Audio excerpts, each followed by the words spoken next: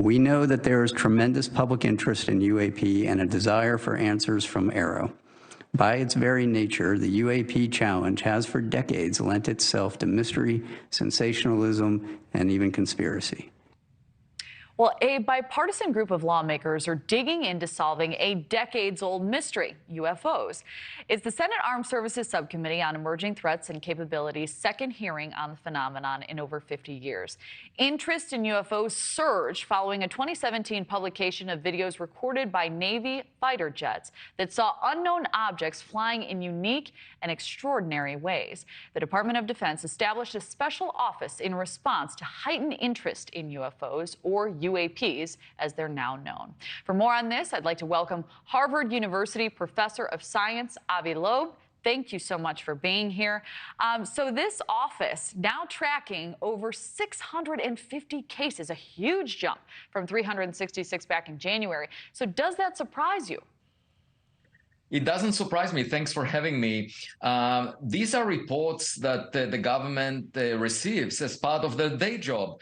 People monitoring the sky, military personnel or sensors that the government owns, and they want to figure it out because we cannot afford the luxury of not knowing about technologies that our adversaries may possess.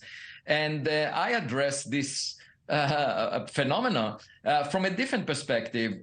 As a scientist, we cannot allow for an extraterrestrial object to be in our sky that we haven't known about. And so I see science complementing the government interest, but of course our approach is different. As a scientist, I want the data to be open to the public and follow the scientific method.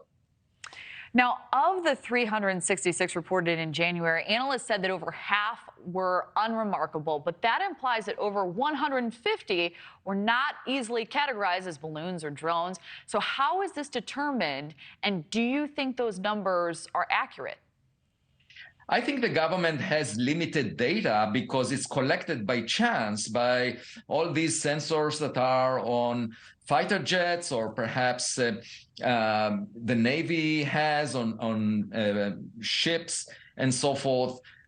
What we are doing in the scientific community, I have the Galileo project that I'm leading, and we built already an observatory monitoring the sky 24/7 in the infrared, optical, radio, and audio, and we're analyzing the data with artificial intelligence. And we plan to make many more copies of this observatory and place them in various locations. And the sky is not classified, but the government needs to know what these objects are in order to figure out whether they pose any national security threat. And Dr. Sean Kirkpatrick did mention his concern that some of them do. Some of them may represent technologies that go beyond what we imagined that the Chinese are developing.